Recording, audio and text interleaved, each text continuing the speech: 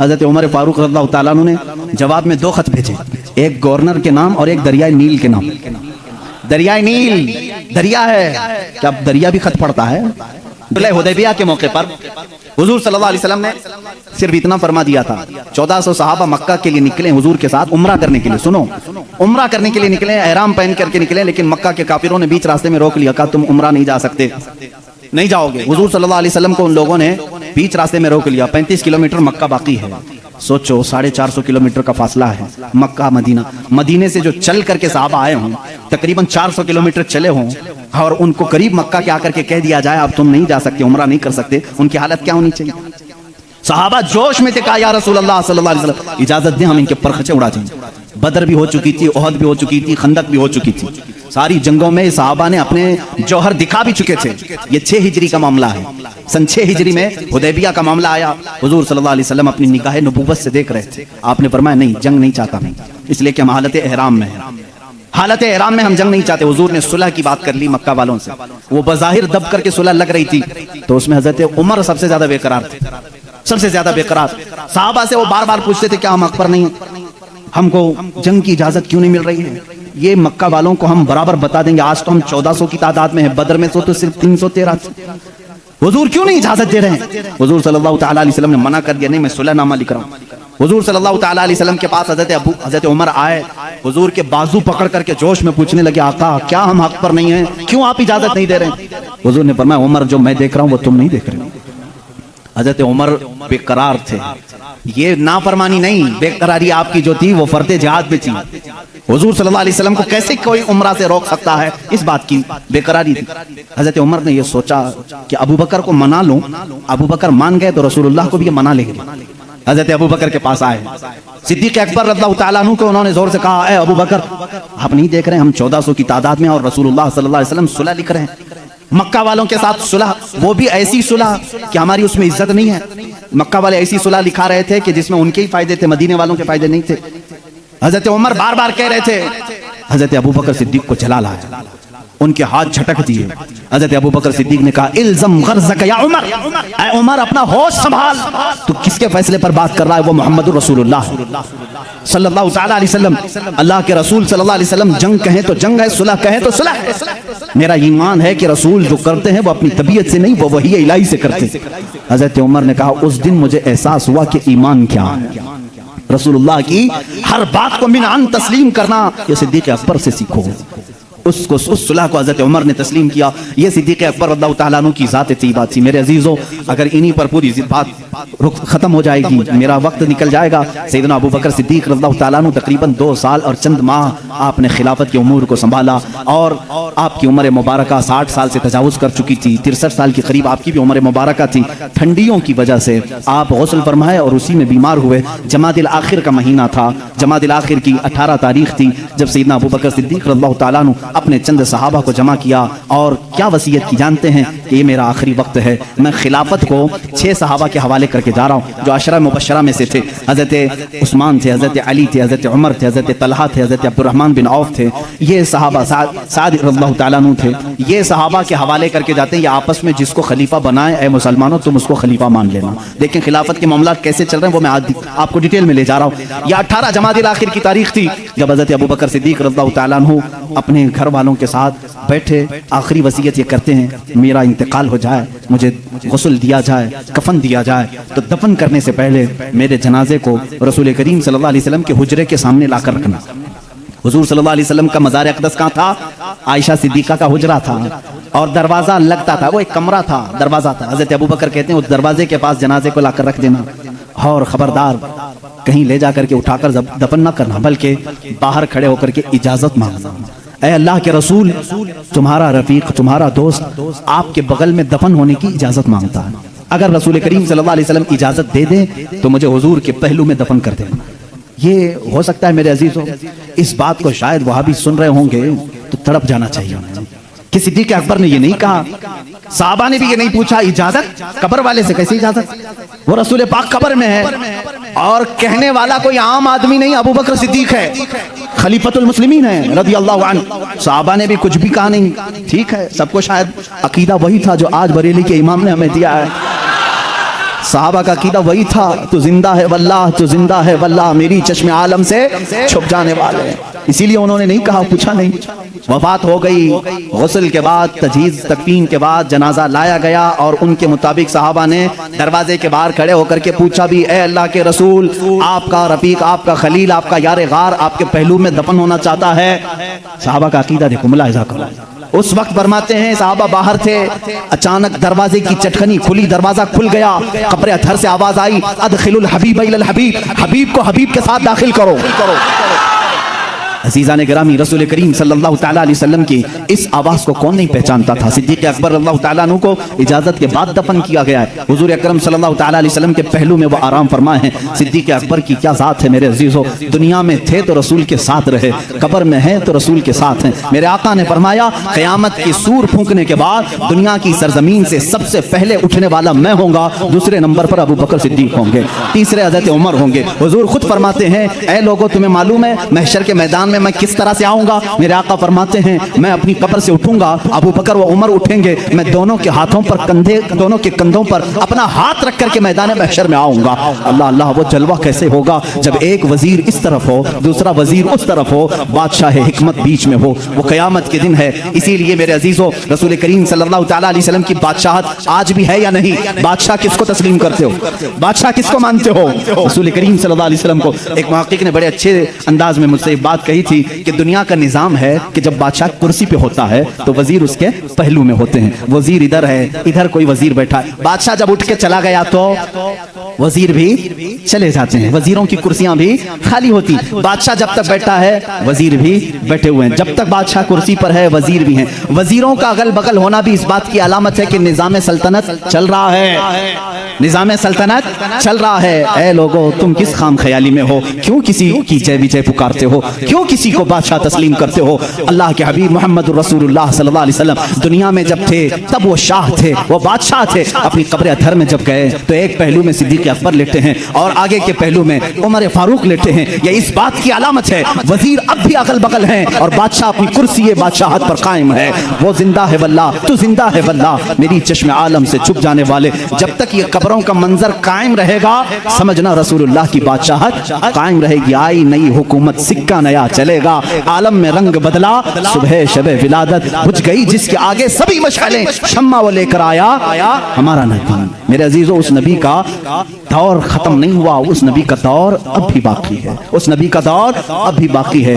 रसूल करीम सल्लल्लाहु अलैहि वसल्लम के जानिसार सहाबा सिद्दीक़ अकबर रज़ियल्लाहु तआला अन्हु की वफात के बाद जो सहाबा मौजूद थे उन्होंने मशवरे से, जो 6 सहाबा थे, मशवरे से बिल इत्तेफाक सैयदना उमर इब्न खत्ताब रज़ियल्लाहु तआला अन्हु के हाथ में बैत कर ली। ये जमादिल आखिर का महीना था, 13वीं हिजरी थी। यहाँ से हज़रत उमर फारूक ने निज़ामे खिलाफत को संभाला। आपका दौर इतना सुनहरा है, इतना सुनहरा है। वो उमर जिसके आदा पे शैदा सकर, इज्जो शान अदालत पे लाखों सलाम। अजीज़ान गिरामी, उस उमर की हम बात करने चले हैं जिसके मुतालिक मेरे नबी ने खुद फरमाया, जिस रास्ते से उमर चलते हैं शैतान उस रास्ते पे नहीं आता है। जहाँ तक उमर की खुशबू जाती है शैतान उससे दूर भागता है। लौकान बादी नबीयन लकान उमर इब्न खत्ताब। हुजूर सल्लल्लाहु अलैहि वसल्लम फरमाते हैं, अगर मेरे बाद कोई नबी हो सकता तो उमर इब्न खत्ताब होते, लेकिन मैं खातमुन नबीयीन हूँ, मेरे बाद कोई नबी नहीं आ सकता। इसलिए कि उमर फारूक रज़ियल्लाहु तआला अन्हु की जुबान पाक ऐसे मशवरे होते थे। कई मरतबा का मामला ऐसा है, लोग अलग अलग मशवरे देते, हज़रत उमर जो मशवरा देते थे उसी के मुताबिक कुरान की आयत आ जाती थी। अल मुवाफ़िक़ु रअयिही लिल वही वल किताब, आपका लक़ब दिया गया। पर्दे के मामला जो आए औरतों पर, यह हज़रत उमर के मशवरे से आए। अजान देने के जो अल्फाज हैं यह हज़रत उमर के मशवरे से हैं। ये तमाम मामलात में हज़रत उमर ने खुद मशवरा दिया था और अल्लाह ने हुक्म भी वैसे ही नाजिल फरमाया। और हदीस में यह मिलता है कि उमर की जुबान पर अल्लाह के कलमे होते हैं। अल्लाह रब्बुल इज़्ज़त की जो सदाकत है, जो हक़ानियत है, वह हज़रत उमर फारूक की जुबान पर कायम होती। सैयदना उमर फारूक रज़ियल्लाहु तआला अन्हु ने 10 साल खिलाफत के इस निज़ाम को संभाला। कितने? 10 साल। लेकिन आपका निज़ाम ऐसा था, आज पूरी दुनिया में लाखों उमर होंगे, लेकिन सिर्फ अगर आप उमर कहोगे तो जहन पहले उमर इब्न खत्ताब की तरफ जाएगा। लाखों उमर आए गए उसके बाद, लेकिन सिर्फ अगर उमर कहोगे या उमर फारूक कहोगे, किसी का जहन दूसरे उमर की तरफ नहीं जाता, उसी रसूल की उमर की तरफ जाता है। अपने तो अपने गैरों ने भी मिसाल थी, गैरों ने भी मिसाल थी हिंदुस्तान की। यहाँ पर गांधी जी को आप कौन नहीं जानता? नहीं जानोगे तो विटामिन एम भी नहीं रख सकते। गांधी जी ने खुद अपने तहरीर में लिखा है, मौजूद है ये बात, मोहनदास करमचंद गांधी की बात कर रहा हूं कि मेरे पास हमारे पुराने लोगों की तारीख पेश करने के लिए कोई चीज नहीं है, क्योंकि जिन भगवानों का तज़किरा आज किया जाता है, गांधी जी ने कहा मुझे मालूम नहीं वो हकीकत में थे भी कि नहीं थे। ये मैं दूसरों की बात नहीं कर रहा हूं, इसीलिए तो गांधी जी को आरएसएस वाले नहीं मानते। हाँ, साफ बात मैं बता रहा हूं। उन्होंने लिखा है कि मुझे मालूम नहीं कि हमारे मजहब की जो शख्सियात हैं वो हकीकत में थी भी कि नहीं थी, लेकिन हिंदुस्तान की पार्लियामेंट अब कायम होगी तो जो भी संभालेगा मैं उसको दो नाम दे सकता हूं कि उनकी तरह संभालो, एक अबू बकर दूसरे उमर का। कहा कि ये दो नाम खाली ख्याली नहीं है, फील्ड पर थे और करके दिखाया। गांधी जी पढ़े लिखे आदमी थे और हिस्ट्री के वो शौकीन भी रहे, जिसकी वजह से तारीख में इस तरह की दिलचस्पी थी। इन शख्सियात का हवाला क्यों दिया, कुछ लोगों ने पूछा भी। कहा कि निज़ाम खिलाफत, निज़ाम हुकूमत संभालने का मतलब ये नहीं है कि कुर्सी पर बैठे और किसी किले की फसील पर चढ़ करके सिर्फ चिल्लाए। ये निज़ाम हुकूमत संभालने का मतलब नहीं है। निज़ाम हुकूमत संभालना अगर चाहते हो, तुम्हें अगर कुर्सी पर बिठाया गया है तो दूसरी सबसे बड़ी तुम्हारी जिम्मेदारी क्या होती है, वो ये दो खलीफा की जिंदगी में देखो। हज़रत उमर कहते हैं मैं ढूंढ करके गरीबों की मदद करना चाहता था, जो बेकस है, जो मजबूर है। मुझे मदीने में एक बूढ़ी ऐसी मिली जिसका कोई नहीं था, वो गरीब भी थी, लाचार थी। हज़रत उमर कहते हैं मैंने सोचा इस बूढ़ी की खिदमत करूंगा इसके घर में जा करके, लेकिन किसी को पता ना चले। हज़रत उमर कहते हैं मैं सुबह जब गया उसके घर पर, उसके घर का कचरा पूरा साफ था, बर्तन धोए हुए थे, उसका बिस्तर झाड़ा हुआ, लेकिन वो औरत अपने बिस्तर से उठने के भी काबिल नहीं थी, बूढ़ी औरत थी। हज़रत उमर कहते हैं दूसरे दिन मैं गया, फिर साफ सुथरा था। ये बूढ़ी औरत कैसे काम कर जाती है अपने घर के। तीसरे दिन वो कहते हैं मैं फजर की नमाज से पहले छुप कर देखना चाहता था यह औरत अपने हाथों से कैसे घर की सफाई करती, लेकिन वो कहते हैं मैं चौंक गया। दरवाजे पर एक कोई शख्स आया, कंबल ओढ़े हुए, जल्दी जल्दी झाड़ू झाड़ रहा है, बर्तन मांज रहा है, बिस्तर सलीके से लगा रहा है। अजान हुई और फौरन बाहर निकला। हज़रत उमर कहते हैं मैं इस पुर असरार खादिम को देखने के लिए आगे बढ़ा, कंबल उठाया तो वो सिद्दीक़ अकबर थे, खलीफतुल मुस्लिमीन, वक्त का खलीफा। इसीलिए तो खैरों ने मुतासिर होकर के कहा दिन में अगर वो निज़ाम खिलाफत संभालते थे तो रात को अपनी रियाया की खबरगिरी भी करते थे, रात को अपनी रियाया की खबरगिरी करते थे। यही हाल सैयदना उमर इब्न खत्ताब का है। हज़रत उमर रज़ियल्लाहु तआला अन्हु गश्त करते थे मदीने की गलियों में। एक बार तो ऐसा हुआ कि मुल्के शाम से वापस आ रहे थे, हज़रत उमर एक घर के पास रुक गए। उस घर की औरत जानती नहीं थी। हज़रत उमर इस तरह से अजनबी लोगों को पूछते भी रहते थे। ये फोटो मीडिया और सोशल मीडिया का दौर भी नहीं था कि हर बादशाह का रोजाना फोटो छपना लाजिम हो, नहीं जानते थे। बहुत सारे लोग चेहरे से भी नहीं वाकिफ होते थे। हज़रत उमर वहाँ रुक गए, उस खातून से पूछा खलीफतुल मुस्लिमीन उमर इब्न खत्ताब के बारे में जानती हो? वो कहती हाँ जानती हूँ, बहुत अच्छा आदमी, लेकिन मेरी उसको खबर नहीं, मेरी उसको खबर नहीं। कहा क्यों? कहा मुझ तक उसका गल्ला पहुंचा नहीं है, मेरे घर में भी फाका है। हज़रत उमर ने कहा उमर अमीरुल मोमिनीन वो मदीने में रहता है, तेरे तक खबर कैसे पहुंचेगी, इतनी दूर तो रहती है मुल्के शाम के रास्ते में। उस बूढ़ी औरत ने कहा अगर उसको यहाँ तक की खबर नहीं पहुंच सकती तो उसे खलीफा भी नहीं बनना चाहिए। अगर इतने दूर की किसी गरीब की खबर उसको नहीं पहुंचती तो उसे खलीफा भी नहीं होना चाहिए। हज़रत उमर उस रात इतना रोए कि उनकी दाढ़ी भीग गई। सच कहा इस खातून ने, गए बाजार से सामान खरीद कर अपने कंधे पर उठा लाए और उस औरत के घर पहुंचाया। एक घर मदीने का ऐसा भी आपने देखा जहां रात को औरत अपने बच्चों को थपक कर सुलाती थी और हांडी में कुछ जल रहा होता था, आग लगी है, हांडी में पकने की आवाज आती। हज़रत उमर देख रहे थे, आवाज सुन रहे थे, बच्चों को माँ कह रही सो जाओ सो जाओ, बच्चे कह रहे माँ तो रोजाना यही बोल के सुलाती है, 2 दिन से पक रहा है, कब पकता है, हम रात को भूखे सो जाते। हज़रत उमर दस्तक देते हैं, उस घर वाली से पूछते हैं क्या मामला। कहा घर में कुछ भी नहीं। फिर ये हांडी में क्या है? कहा पानी और पत्थर रखे हूं बच्चों को बहलाने के लिए, कि इसी आस में सो जाएंगे। हज़रत उमर रज़ियल्लाहु ताला अन्हु फरमाते हैं मुझे इसकी खबर नहीं हुई। बैतुल माल में गए, पूरा थैला उठाया आटम का, अनाज का, अपने कंधे पर लेकर निकले। उनके गुलाम ने कहा ये हमें दे दें, हम लेकर चलते हैं। सख्ती से कहा क़यामत के दिन क्या तू मेरे अमाल का बोझ उठा पाएगा? मुझे उठाने दे। लेकर क्या है, नकाब बांधे हुए थे अपने चेहरे पर। उस खातून से कहा मैं रोटियां पकाता हूँ। घर में दाखिल होकर आटा गूंधा, रोटियां पकाई, बच्चों को जगाया, उनका मुंह धोया और रोटियां उन्हें परोसने लगे। वो खातून की आंखों में आंसू आ गए। कहा तुझ जैसा फरिश्ता अल्लाह ने उतारा है, मेरे घर कई दिनों के बाद ग़िज़ा आई है। उस खातून से हज़रत उमर ने पूछा उमर के बारे में तुम्हारा क्या ख्याल है? उमर के बारे में तुम्हारा क्या ख्याल है? वो कहती है बहुत नेक है, खलीफा रसूल है, लेकिन क्या करूं मुझ जैसी गरीब की फरियाद शायद उस तक नहीं पहुंची। अगर मेरे बच्चे भूखे मर गए तो मैं क़यामत के दिन ये शिकायत ज़रूर करूंगी। हजरत उमर हिचकियां लग गई, जोर से हिचकियां आ गई हजरत उमर को। वो खातून कहने लगी, मेरे भाई तुझे क्यों इस बात का खौफ है, तुझे क्यों इस बात का डर है, तू क्यों रो रहा है? हजरत उमर जिनकी आंखें लाल हो चुकी थी, गम की वजह से बदन पे कपकपी थी, नकाब हटाया, उस खातून को कहा, उमर इब्ने खत्ताब मैं ही। वो खातून मचल गई और कहा, ऐ रब्बे-जुल जलाल तू गवाह हो जा, मैं उमर की यहाँ पर भी गवाही देता हूँ और क़यामत के दिन भी गवाही दूंगी कि अगर किसी गरीब की खबरगिरी कोई कर सकता है तो वो उमर इब्ने खत्ताब है। 1 साल पूरे मदीने में कहता गया, वो पूरे साल तक हजरत उमर फारूक ने सालन नहीं खाया, सालन नहीं खाया, रोटी को पानी में भिगोते थे, खाते थे। लोग कहते थे आप क्यों नहीं खा रहे हैं, आप खलीफा हैं? कहते थे कहत का दौर है, पता नहीं कौन भूखा है और कौन खाया है, मैं उस वक्त तक नरम नहीं खाऊंगा जब तक मेरी पूरी रियाया खुशहाल ना हो जाए। हजरत उमर का ये निजाम था, जिसके बाद हालात ऐसे हो गए, सिर्फ 2.5 साल के बाद, सिर्फ 2.5 साल की खिलाफत के बाद मदीने के हालात ये थे मेरे अजीजों, मदीने वाले अपनी ज़कात लेकर बाहर आते थे, लेने वाला कोई नहीं था, ज़कात लेने वाला कोई नहीं, सब ज़कात देने वाले थे। सिद्दीक़ उमर इब्ने खत्ताब रज़ियल्लाहु ताला अन्हु ने इतना कैपेबल कर दिया था, हज़रत मुआज़ बिन जबल यमन से वहाँ का माले गनीमत मदीने में भेजते हैं हज़रत उमर के पास कि मदीने के गुरबा और मसाकिन में ये बांट दें। बहुत माल आया था, हज़रत उमर ने वो ज़कात के माल को हज़रत मुआज़ बिन जबल पर ये कह करके वापस कर दिया, मदीने में अब कोई फ़कीर नहीं रह गया, सब ज़कात निकालते हैं, इसका कोई मुस्तहिक नहीं, यमन में ही बांट दो। हज़रत मुआज़ ने फिर दोबारा भेजा कि यमन में भी कोई फ़कीर बाकी नहीं है, जो थे उनको बांटने के बाद ये भेजा गया है। हजरत उमर ने वो माल दूर के किसी मुल्क भेजा जहां फुकरा व मसाकिन से ये निज़ाम अदल अगर कोई कायम कर सकता है तो वो उमर इब्ने खत्ताब है रज़ियल्लाहु ताला।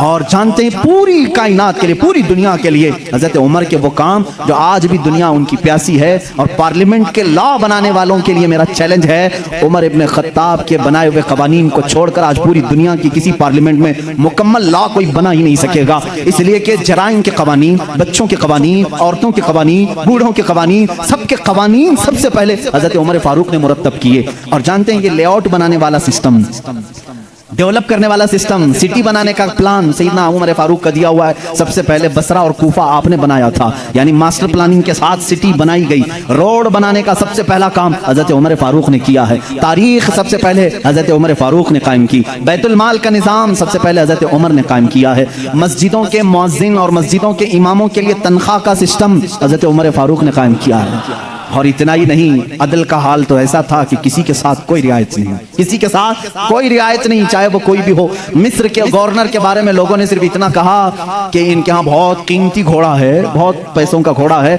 और इनका लिबास बहुत महंगा है, ये गवर्नर हैं। हजरत उमर के पास ये शिकायत आई, उनको बुलाया और बुला करके कहा तू रियाया के साथ क्या करने के लिए तुझे भेजा गया? वहाँ के पैसों से तूने कीमती घोड़ा खरीदा, कीमती लिबास पहना। वो उनकी गवर्नरी को माजूल करके 100 बकरियां खरीद करके उनको दिया कि अब जिंदगी भर ये बकरियां तू चराएगा। बकरियां चराने पर गवर्नर को रख दिया। ये उनके मामलात में फिर कोई कुछ नहीं कह सकता था। बड़े बड़े सहाबा, हजरत साद इब्ने अबी वक्कास को माजूल कर दिया था। खालिद बिन वलीद रज़ियल्लाहु ताला अन्हु, जिनको सैफुल्लाह कहा जाता है, जिस जिहाद में भी वो जाते थे फतह होना लाजमी हो जाता था, ये तो सबको मालूम है। हजरत खालिद बिन वलीद अपनी जिंदगी में इतनी जंगें की हैं, कोई जंग में शिकस्त नहीं हुई। उनका ये फख्र था, जब जिहालत में थे ना, इस्लाम नहीं लाए थे, वो जंगे ओहद के सिपह सालार बन के आए थे, उसमें भी उनको ही फतह मिली थी। कहते कुफ्र की हालत में भी अल्लाह ने फतह ही दी थी, इस्लाम में आए तब भी अल्लाह ने फतह ही लिखी थी। हजरत खालिद बिन वलीद एक ऐसे जर्नेल का नाम है जिसका नाम कयामत तक कायम रहेगा, लेकिन हजरत उमर फारूक रज़ियल्लाहु ताला अन्हु ने सिपह सालारी से उनको माजूल कर दिया था। सस्पेंड करना मामूली बात नहीं, लेकिन हजरत उमर क्यों करते थे जानते हैं? बाज लोग इसको नुक्ताचीनी करते हैं, हजरत उमर इसको हटाए उसको हटाए। हजरत उमर फारूक रज़ियल्लाहु ताला अन्हु के पास कुछ लोग सिफारिश लेकर के आए, खालिद बिन वलीद के बगैर जिहाद का मैदान कैसे होगा? उनको आपने माजूल किया, कहा माजूल किया हूं, लेकिन सिपाही बन करके वो जाएंगे, सिपाही बन करके जाएंगे, सिपाही सालार कोई और होगा। साहबा ने पूछा इस फैसले को लेने में कोई हिकमत है अमीरुल मोमिनीन? अल्लाह अल्लाह तवक्कुल देखें। अमीरुल मोमिनीन ने कहा हाँ जरूर हिकमत है। मैं मुसलमानों को यह बताना चाहता हूं कि कोई जिहाद, कोई जंग खालिद बिन वलीद की वजह से फतह नहीं होती, अल्लाह की मदद से होती है।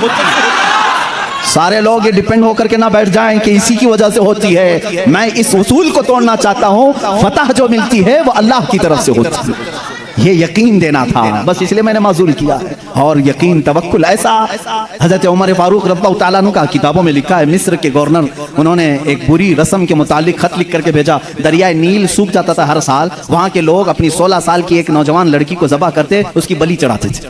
और खून जो है दरिया नील में बहाते। उनका अकीदा था बलि देने के बाद फिर दरिया जोश मारकर ऊपर आ जाता था। हर साल ऐसा होता था। उन्होंने जब इस्लामी हुकूमत वहां आ गई तो लोगों ने वहां के गवर्नर से, जो मुसलमान थे, साहबी थे, उनसे पूछा हर साल हमारा मामूल है, इस साल भी आप इजाजत दें, जुलूस निकालेंगे, एक लड़की को ज़बह करेंगे, उसका खून डालेंगे। उन्होंने कहा मैं तो ये काम नहीं करूंगा, और अगर ऐसा है तो देखा जाएगा। वो खामोश रहे। दरिया नील हकीकत में सूख गया, पानी नीचे चला गया। लड़की की बलि नहीं दी तो याद रखना, शैतान इस तरह की हरकतें तुम्हें करके दिखाएगा ताकि तुम्हारा अकीदा खराब हो जाए। उस गवर्नर ने हजरत उमर के पास खत लिखा कि इसका क्या करूं, ये कैसे हल निकालूं। हजरत उमर फारूक रज़ियल्लाहु ताला अन्हु ने जवाब में 2 खत भेजे, एक गवर्नर के नाम और एक दरिया नील के नाम। दरिया नील दरिया है, क्या दरिया भी खत पढ़ता है? दरिया भी बातचीत करता है। हाँ, रसूल के गुलामों के साथ हर चीज बातचीत करती है, हर चीज बातचीत करती है। हजरत उमर ने एक खत गवर्नर के नाम पर लिखा, तुम फिक्र मत करो, तुम अपने काम पर बाकी रहो, रसूलुल्लाह की शरीयत का निफाज कायम रहे। और रही बात दरिया जो सूखता है, मैं इसको लेटर लिख रहा हूँ। इसको खत लिखा क्या, बिस्मिल्लाहिर्रहमानिर्रहीम, ऐ नील, ये खत उमर इब्न खत्ताब रसूलुल्लाह के खलीफा की तरफ से दरिया नील के लिए। मैं कहता हूँ ऐ नील, अगर तू अपनी मर्जी से बहता है तो हमें तेरे पानी की जरूरत नहीं, और अगर तू अल्लाह के हुक्म से बहता है तो उमर इब्न खत्ताब रसूल की खिलाफत को जो कायम किया है, हुक्म देता है कि अल्लाह के हुक्म से जारी हो जा। इतना लिखा और कहा ये दरिया नील को देना और ये मिस्र के गवर्नर को देना। खत लेकर के कासिद आया, कासिद ने गवर्नर को खत पकड़ा है, गवर्नर के नाम पर था, वो पहुंचा, दरिया नील के नाम पर था जो दरिया नील को दिया गया। उस वक्त मौजूद मिस्र के सारे लोग शाहिद हैं, उसी वक्त दरिया नील का पानी जोश मारकर 16 गज ऊपर आ चुका था। आज तक दरिया नील दोबारा कभी नहीं सूखा। 14 सदियां गुजर गई। मैं खुद दरिया नील की कश्ती की सवारी कर चुका हूँ। मिस्र में 5-5 साल तक काहिरा में पानी बरसता नहीं, बारिश नहीं आती। 5 साल, तकरीबन 4 साल तक रहे, एक दिन भी बारिश नहीं देखी। 5-5 साल तक बारिश नहीं आती, लेकिन दरिया नील में जाओ तो लबालब भरा रहता है। ऐसा लगता है कि खत का असर आज भी बाकी है। रसूलुल्लाह के गुलामों की हुकूमत हर शय पर कायम है, हर शय पर कायम है। अल्लाह के नबी सल्लल्लाहु अलैहि वसल्लम के इन खुलफा ने पूरी दुनिया पर हुकूमत की। क्यों ना हुकूमत करें? इसलिए कि ये ताबे थे अल्लाह उसके रसूल के। तो अल्लाह ने ये वादा किया है, इन तंसुरुल्लाह यंसुरकुम, अगर तुम अल्लाह के दीन की मदद में लगे रहो, अल्लाह पूरी कायनात को तुम्हारी मदद में लगा देगा, तुम्हारी मदद में लगा देगा। वो सहाबा कैसे थे जो मेडिटेरियन सी आज भी मौजूद है, बहर मुतवस्सित, अरब से यूरोप में जाना था। कुछ सहाबा इकराम वो भी हैं जिन्होंने एक दरिया के पास आकर घोड़े रोक लिए। दरिया सामने, समंदर है, उधर के कंट्री में जाना है, कश्तियां किसी के पास नहीं। जो जर्नल साहबी थे, सिपाही सालार, सबों ने कहा क्या करें, यहाँ दरिया कश्ती कोई नहीं लाया, हम वापस चलें, दूसरा कोई रास्ता देखें। उस साहबी ने कहा बहुत लंबा सफर करके आए, वापसी का कोई रास्ता नहीं हो सकता। कहा सामने समंदर है, कहा हम रसूल के गुलाम हैं, रसूल करीम सल्लल्लाहु अलैहि वसल्लम के गुलाम हैं। भला आज तक कोई आंधी हमारा रास्ता रोक सकी है? कोई तूफान हमारा मुंह मोड़ सका है? उस साहबी ने ऐसी तकरीर की और साहबा ने पूछा करना क्या है ये तो बताएं। सिपाही सालार साहबी ने कहा अल्लाह का नाम लो, घोड़े दौड़ाओ, समंदर में चलते चलो। वो साहबा कहते हैं सिपाही सालार साहबी आगे बढ़ते रहे, समंदर में घोड़े दौड़ते रहे, यहाँ तक के पूरे समंदर का सफर तय हो गया। किसी घोड़े की टाप पर एक बूंद पानी तक न लगा। दश्त तो दश्त है, इकबाल ने इसी के लिए कहा दश्त तो दश्त है, दरिया भी ना छोड़े हमने, बहरे जुल्मात में दौड़ा दिया घोड़े हमने। दी अज़ानें कभी यूरोप की कलीसाओं में तो कभी अफ्रीका के तपते हुए सहराओं में। आ गया ऐन लड़ाई में गर वक्ते नमाज, किबला रूहों की जमीन बोस हुई कौमे हिजाज। एक ही सफ में खड़े हो गए महमूद अयाज, न कोई बंदा रहा न कोई बंदा नवाज। ये हमारी तारीख है, ये हमारी शान है। सैयदना उमर इब्न खत्ताब रज़ियल्लाहु ताला अन्हु के दौरे खिलाफत के सुनहरे काम बहुत तवील है मेरे अजीजों। उस निज़ाम अदल को मैं आज भी चैलेंज करता हूँ। गस्सान का एक बादशाह इस्लाम में आया है, इस्लाम कबूल करके आया है, हज के लिए निकले खुशी में सारे मुसलमान, हजरत उमर भी उसमें साथ में थे, खलीफा थे। तवाफ के दौरान उस बादशाह की लुंगी पर एक मुसलमान का पैर पड़ गया, लुंगी सरक गई। उसने अपनी बेइज्जती महसूस की, थप्पड़ मारा काबे के सामने। उस मुसलमान को बहुत उसने मारा, वो जख्मी हो गए। उन्होंने शिकायत की हजरत उमर फारूक के पास। आदिल, वो अदल की पैकर जो निज़ाम रसूल से जरा बराबर हट कर कभी फैसला नहीं करता। हजरत उमर का फैसला तो वो है कि एक बंदा ये हुजूर के पास फैसला लेकर के आया था, मालूम है ना, एक यहूदी और एक मुसलमान जमीन के झगड़े में फैसला किया। हुजूर ने फैसला किया यहूदी के हक में, ये जमीन तू छोड़ दे, लेकिन वो मुसलमान मुनाफिक था, दिल में बुग़्ज़ था। उसने कहा मैं रसूल का फैसला नहीं मानता, उमर के पास फैसला लेंगे, उमर के पास करेंगे। वो यहूदी को यकीन था जो रसूल फैसला करेंगे वही उमर भी करेंगे, लेकिन यहाँ मामला बदल गया। यह मामला बदल गया। वो मुनाफिक ये सोचता था कि उमर को मैं अपनी बातों में ले लूंगा, ये यहूदी है, हमारे दुश्मन है, जमीन मेरे हवाले कर दी जाए। हजरत उमर के पास दोनों गए और कहा हमारा मामला ऐसा ऐसा है। उस यहूदी ने कहा, ए उमर एक बात सुन लो, ये फैसला तुम्हारे नबी के पास हुआ था। कहा उन्होंने क्या कहा? मेरे हक में उन्होंने जमीन का फैसला किया। फिर इसने क्या किया? कहा ये नहीं मानता है, कहता है उमर के पास फैसला करें। अल्लाह अल्लाह। कहा मैं तो फिर इसका फैसला करता हूँ। हजरत उमर अंदर गए, तलवार लाए, उसकी गर्दन उड़ा दी। कहा जो रसूल का फैसला ना माने उमर उसका फैसला ऐसी करता है। ये बात मदीने में मशहूर भी हो गई। मुसलमान का कत्ल कर दिया उमर ने। हुजूर ने उनको बुलाया और कहा कि तुमने एक मुसलमान का कत्ल किया। कहा मैं उसको मुसलमान मानता ही नहीं जो आपको हकम नहीं मानता, लेकिन अगर मैं गलती पर हूं तो या रसूल अल्लाह मुझे सजा दे दें। उस वक्त तक आयत नहीं आई थी, आयत नाज़िल हुई, फला व रब्बिका ला युमिनूना हत्ता युहक्किमूका फीमा शजरा बैनहुम।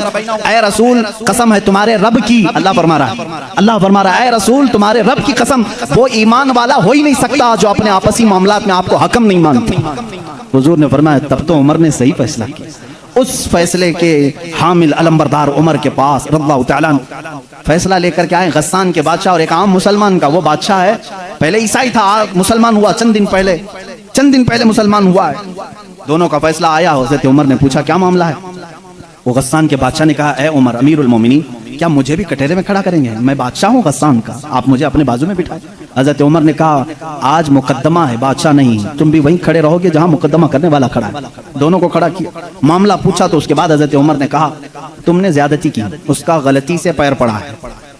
हाँ अगर तुम्हें लगता है कि उसने तुम्हारी बेइज्जती की तो सजा भी थोड़ी होनी चाहिए थी, लेकिन जितना तुमने उसको मारा है ये उसका हक है। कहा क्या फैसला होगा? हज़रत उमर ने कहा उस आम मुसलमान से जितने थप्पड़ ज्यादा उसने लगाए तू भी लगा दे, यही फैसला, जितना उसने ज्यादा मारा है तू मार। वो गस्सान का बादशाह कहता बादशाह को आम आदमी मारेगा? हज़रत उमर ने कहा हाँ मारेगा, ये निज़ाम रसूल है, ये निज़ाम रसूल है, ये कैसर और किसरा की हुकूमतें नहीं है, ये अल्लाह के नबी की कायम की हुई अदालत है। उसने कहा एक दिन की मुझे मोहलत दें, कल आकर के इस फैसले पर अमल किया जाए। आपने कहा मोहलत तो दी जा सकती है, जैसे रिमांड में लेते हैं। उसको छोड़ा गया, लेकिन वो बादशाह फरार होकर के भाग गया और इस्लाम भी छोड़ दिया, मुर्तद होके चला गया। हज़रत उमर ने उस दिन कहा, कुछ लोग कहने लगे हज़रत उमर उसके हक में बात करते तो बादशाह आज मुसलमान रहता। ऐसी कुछ बातें भोली भाली लोग करते हैं, ऐसा करते तो अच्छा होता, ऐसा नहीं करना चाहिए था। हज़रत उमर ने जलाल में कहा इस तरह के 1000 छोड़कर जाएं तो जाएं, लेकिन निज़ाम रसूल का एक हर्फ भी मैं अपने हाथ सामने से जाने नहीं दूंगा। अदल के तकाज़ों को पूरा मैं हमेशा होता रहने दूंगा। ये सैयदना उमर फारूक की अदालत थी। ये आज पीस एंड जस्टिस की बात करते हैं, उन लोगों से बात करते हैं जिनके पास उमर जैसी अदालत है। ऐ मेरे अजीजों, अदालत के नाम पर आज बड़ा धब्बा है। यहाँ पर बहुत सारे मामला हो सकता है, बहुत सारे लोग मेरे ऊपर इस बात का भी केस कर दें कि हद की अदालत है, अदालत की बेइज्जती करता है। हो सकता है मेरे अजीजों, मैं उस अदालत की इज्जत करता हूं जहां अदालत होती है। मैं उसको जज और आदिल नहीं मानता जो पार्लियामेंट की सीट की भूख में मस्जिदें बेच देता हो। मैं उसकी अदालत को नहीं तस्लीम करता जो एक कलील जमात को नजरअंदाज करके हाकिम पार्टी की तरफ बोलता है। मेरे अजीजों, ऐसे लोग दुनिया में बहुत सारे आए जो जमीर फरोश होते हैं, जमीर फरोश होते हैं। हिंदुस्तान भी उसी डगर पर चलने लग गया। अब तक दुनिया की सबसे बड़ी डेमोक्रेसी, सबसे बड़ी जमहूरियत हिंदुस्तान में थी, जहां पर निजाम ऐसा था। हमारा अदलिया का निजाम बहुत अच्छा था, हमारी कोर्ट जितनी थी यहाँ पर सबके साथ बराबर का सलूक किया जाता था, हिंदू हो मुस्लिम हो। आज भी बहुत सारे जज हैं जो ओथ लेते हैं कि मेरा दीन, मेरा मजहब, मेरा सब कुछ इंसाफ होगा, संविधान होगा, मैं सामने किसी को नहीं देखूंगा। देखते नहीं आप, जज के सामने पट्टी बांधे हुए एक मूर्ति को रखा जाता है। क्यों? कानून जब भी होता है वो सामने वाले को देख करके नहीं, उसके प्रूफ सबूत देख करके। लेकिन यहाँ पर अब आम बच्चे को भी बेवकूफ बनाया जा रहा है। मैं इस बात की आवाज उठाना चाहूंगा, इस जुल्म को बंद करो, इस जुल्म को बंद करो। और ये डिक्टेटरशिप जो लाई जा रही है, इस जमहूरियत को खत्म करके, कत्ल करके, देखना चंद दिनों के बाद ये सारे निजाम खत्म करने की बात करेंगे। आज मुसलमानों के खिलाफ एक जहर फैलाया जा रहा है, इसी तरह चंद दिनों के बाद अब दलितों की बारी आएगी। इसलिए कि ये दलितों को भी एक आंख नहीं भाते, ये कभी पसंद नहीं करते। ये 2000 साल पुराना निजाम मनुस्मृति का लाना चाहते हैं, जहां सिर्फ चंद लोगों की हुकूमत होगी। जानते हैं, तारीख उठा करके पढ़ो, इसी सरजमीन पर ऐसे जुल्म किए गए हैं जहां चंद ब्राह्मणों ने कम जात के लोगों के कान काटे हैं, जहां लोगों के कानों में गरम तेल डाले हैं, इसी सरजमीन पर कम जात के लोगों को कूड़ा करकट में घर बनाने पर मजबूर करते थे। जहां आला जात के लोगों के पेशाब पखाने होते थे वहां दलित बिरादरी को रखने पर ही मजबूर करते थे। हर एक के गले में रस्सी बांधकर एक मटका लटकाते थे कि थूकना है तो दलित जमीन पर थूक नहीं सकता, उस मटके में थूकेगा, इसलिए कि उसका थूक जमीन पर पड़े तो ये आप शगुन समझते थे। उस पूरे निजाम को, यहाँ पहले हिंदुस्तान में ये सारी चीजें चली हैं, कास्टिज्म, जात बिरादरी, ऊंच नीच के मामला चलते रहे। लेकिन मैं समझता हूं कि हिंदुस्तान को जब आजादी मिली, भारत को जो आजादी मिली 1947 के बाद, सबों ने मिलकर के एक संविधान बनाया था, अदल और इंसाफ का सब लोगों ने हलफ उठाया था, इसमें सबका हिस्सा बराबर का होगा, सब लोगों ने कुर्बानी दी है, सबके लिए निजाम एकसा होगा, बराबर होगा और सबकी दीन का, सबके रिलीजियन का मान सम्मान किया जाएगा। लेकिन अब जो हालात हैं मेरे अजीजों, ये दूसरी डगर पर चल पड़े। अब यहाँ पर उस संविधान को ये खत्म करने की बात कर रहे हैं जो अंबेडकर की सरपरस्ती में बनाए गए थे, उसको खत्म करके ये नए संविधान की बात करने जा रहे हैं। चंद दिनों के बाद ये वोटिंग पावर भी खत्म करने की बात करेंगे। तुम सबको वोट देने का भी हक नहीं होगा, ठहरने की, उम्मीदवार होने की बात तो दूर है। मैं इस निजाम की खुल्लम खुल्ला मुखालिफत करता हूं और मजम्मत करता हूं, मैं मजम्मत करता हूं। हमारे लिए वही भारत और वही हिंदुस्तान अच्छा है जो हमारे बड़ों ने अपने खून की कुर्बानी से आजाद किया है। आप सब उसी भारत को तस्लीम करेंगे या नए नवेले भारत को? हम इस नवे नवेले भारत को जिस डगर पर ये ले जा रहे हैं कास्टिज्म के पर, हम उसको नहीं तस्लीम करते। हम उस भारत को, उस संविधान को मानते हैं जहां अदल सबके लिए बराबर हो, सबके लिए बराबर हो। सुप्रीम कोर्ट को आजाद रखा जाए, वो सबके साथ बराबर का इंसाफ कर सके, चाहे वो तख्त पर बैठा हुआ आदमी हो, चाहे वो गरीब आदमी हो, सबके साथ बराबर का अदल कर सके। हिंदुस्तान ही की बात मैं अगर बताऊं, यहां पर एक बादशाह ऐसा भी गुजरा जिसके एक तीर से एक बच्चे की मौत हो गई थी, एक बच्चे की मौत हो गई। औरत जो बच्चे की मां थी वो मुकदमा कर दी चीफ जस्टिस के पास। उस वक्त के जो चीफ जस्टिस थे काजी सिराजुद्दौला, उन्होंने तलब किया बादशाह को तलब किया। इसी हिंदुस्तान की बात कर रहा हूं। औरत एक जगह खड़ी है, वक्त का बादशाह एक जगह खड़ा है। औरत ने कहा मेरे बच्चे को इनके तीर से मौत हो गई। बादशाह शिकार खेल रहा था, चूक के तीर लग गया। बादशाह ने कहा हाँ मेरा तीर लगा तो है, गवाह भी हैं, सिपाही भी गवाह हैं, औरत भी गवाह है। दो ऑप्शन होते हैं मौत के बाद, किसी का कुछ कत्ल हो गया अनजाने में, चूक कर अगर कत्ल हो गया, दो ऑप्शन इस्लाम देता है। उस औरत को काजी ने कहा तेरे पास दो ऑप्शन है, चाहे तो अपने बच्चे की मौत पर दियत ले ले, कुछ पैसे ले ले बादशाह से और उसे माफ कर दे, या चाहे तो जान के बदले जान ले ले। बादशाह की जान भी ले सकती है। काजी ने फैसला सुना था, ये नहीं कि बादशाह को छोड़ देना है, दोनों ऑप्शन औरत के ऊपर। वो औरत ने जब देखा कि अदल का ये पैकर इस्लामी निजाम है, बादशाह के तीर लगा है और काजी सही सही फैसला दे रहा है, उस औरत ने कहा अगर ये काजी आज इस तरह का सही फैसला दे रहा है तो इस तरह के बादशाह की वजह से ही, बादशाह ऐसा होगा इसीलिए काजी ऐसा है। उस औरत ने कहा मैं इस बादशाह की जान बख्शती हूँ, मेरे बच्चे के लिए जो दियत बनती है वो बादशाह मुझे दे दे। बादशाह ने जितनी दियत बनती थी उससे ज्यादा उसे दिया। और जब ये मामला खत्म हुआ तो बादशाह काजी के पास आया, काजी के पास आया और अपना जुब्बा खोला, उसमें खंजर था, खंजर निकाला, कहा काजी, वो उस वक्त के सुप्रीम कोर्ट का चीफ जस्टिस था काजी। बादशाह क्या कहता जानते हो, मुझे जब पता चला मेरे ऊपर मुकदमा है और मुझे मालूम था मेरे तीर से एक बच्चा फौत हुआ है, मैं आज कोर्ट में आ रहा था, मैं साथ ही खंजर लेके चला। काजी ने पूछा क्यों लेके चले? कहा मैं ये देखना चाहता था कि अगर फैसला कुरान और हदीस के मुताबिक हो तो ठीक है मैं मान लूं, और जरा बराबर अगर बादशाह का ख्याल करके काजी ने किया तो इसी खंजर से काजी को कत्ल कर दो। बादशाह ने यह कहा, काजी मुस्कुराया और अपने गद्दे से उठ गया और चादर हटाई, नीचे बहुत बड़ा कोड़ा था। कहा बादशाह तुम्हें मालूम है मैं आज पहली मर्तबा इस कुर्सी पर आने के बाद, इस गद्दे पे आने के वक्त कोड़ा नीचे लेकर बैठा हूं। कहा क्यों? कहा मैंने उसी वक्त तय कर लिया कि बादशाह को कटहरे में खड़ा करूंगा और फैसला कुरान और हदीस के मुताबिक सुनाऊंगा, अगर बादशाह मान लिया तो ठीक, वरना मैं इस कोड़े से उसे मनवाऊंगा। ये निजाम इस्लाम था, यादल के तकाजे थे। वो उमर इब्ने खत्ताब के दौर के भी सुनहरे वाकयात इस्लाम ने हमें हर जगह सिखाए हैं। ऐ मेरे अजीज भाइयों, अपने घर में भी आदल करना सीखो, जहां तुम्हें अल्लाह ने जितना इख्तियार दिया अदल के साथ पेश आओ। अपने मजदूरों के साथ अदल करो, अपनी बीवियों के साथ अदल करो, अपने बच्चों के साथ अदल करो। याद रखो क़यामत के दिन तुमसे सब चीजों का सवाल होगा। अगर तुम्हारे 4 बच्चे हैं, चारों में से अगर किसी के साथ ऊंच नीच किया तो सारे तुम्हारे अमाल इकारत हो जाएंगे, गैरत हो जाएंगे। एक बच्चे के साथ भी तुम नाइंसाफी नहीं कर सकते, सारे के साथ बराबर का सलूक करो। अगर किसी की 2 बीवियां हैं तो फरमाया गया अदल का तकाजा पूरा करो।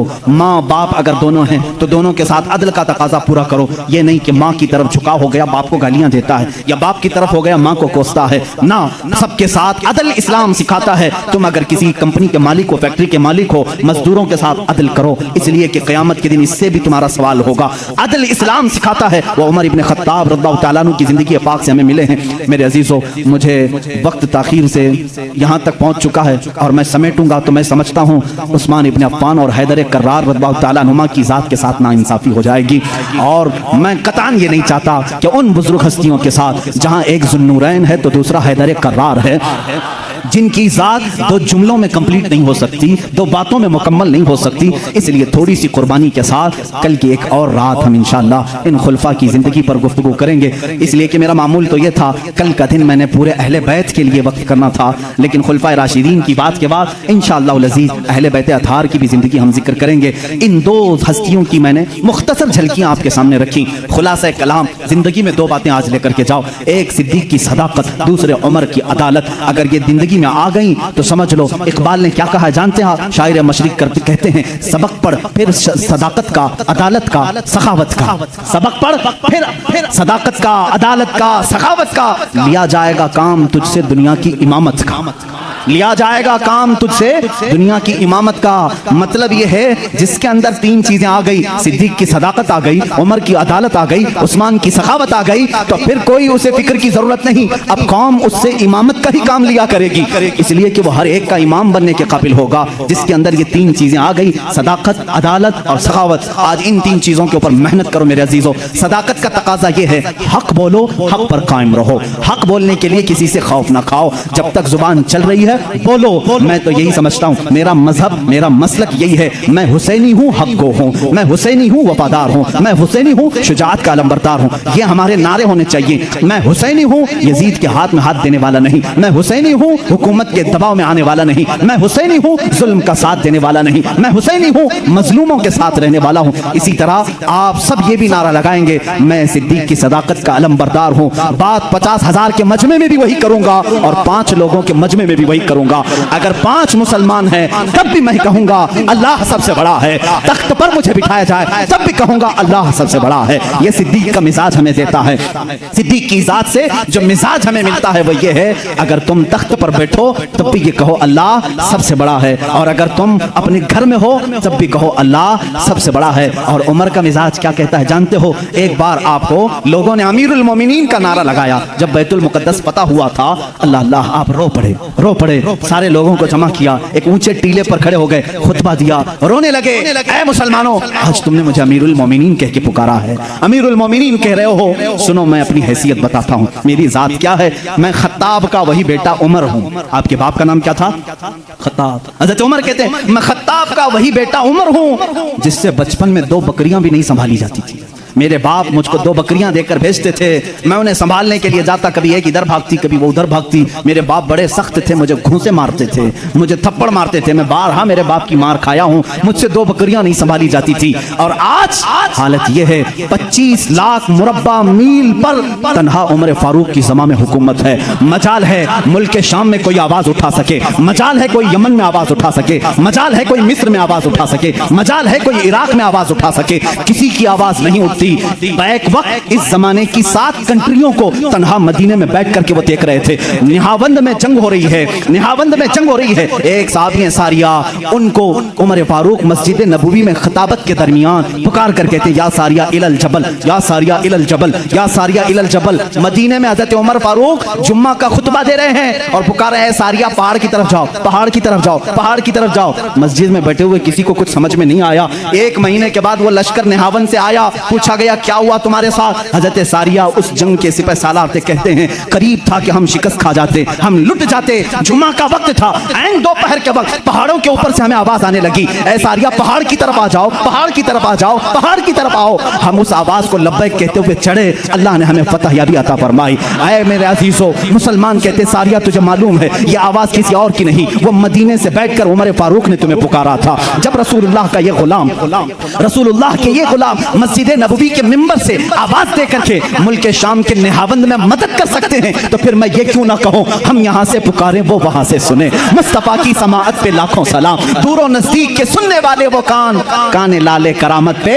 ये हमारा अकीदा है। बरेली के इमाम ने जो अकीदा दिया वो बरेली का नहीं, वो मदीने का अकीदा है, वो मदीने का अकीदा है, वो सहाबा का अकीदा है। बात मैं ये कह रहा था, हज़रत उमर ने क्या मिजाज दिया जब आपको अमीरुल मोमिनीन पुकारा गया। उन्होंने कहा मैं वही खत्ताब का बेटा हूं जिससे 2 बकरियां नहीं संभाली जाती थी, आज 25 लाख किलोमीटर मुरब्बा स्क्वायर किलोमीटर में तनहा संभालता हूं। जानते हो ए सहाबा, ए ताबईन, ए मोमिनीन, किस वजह से? इसलिए कि पहले मैं खत्ताब का बेटा था, अब रसूल का गुलाम हूं। जब से मेरी निस्बत रसूलुल्लाह से है, हर चीज अल्लाह ने मेरे ज़ेरे नगी की है। जब तक बिके न थे तो कोई पूछता न था, या रसूल अल्लाह तुमने खरीद कर हमें। सहाबा का जो अकीदा था, ऐ मुसलमानों तुम भी वही पुकारो। आज मैं भी बबंगे दुहल ये कहता हूँ, मेरा नाम क्या है, मेरी जात क्या है, मुझे कौन जानता है। आज अगर इतना सारा मजमा मुझे सुनता है तो सिर्फ इसलिए कि मेरी निस्बत हदीस रसूल से है। रसूल करीम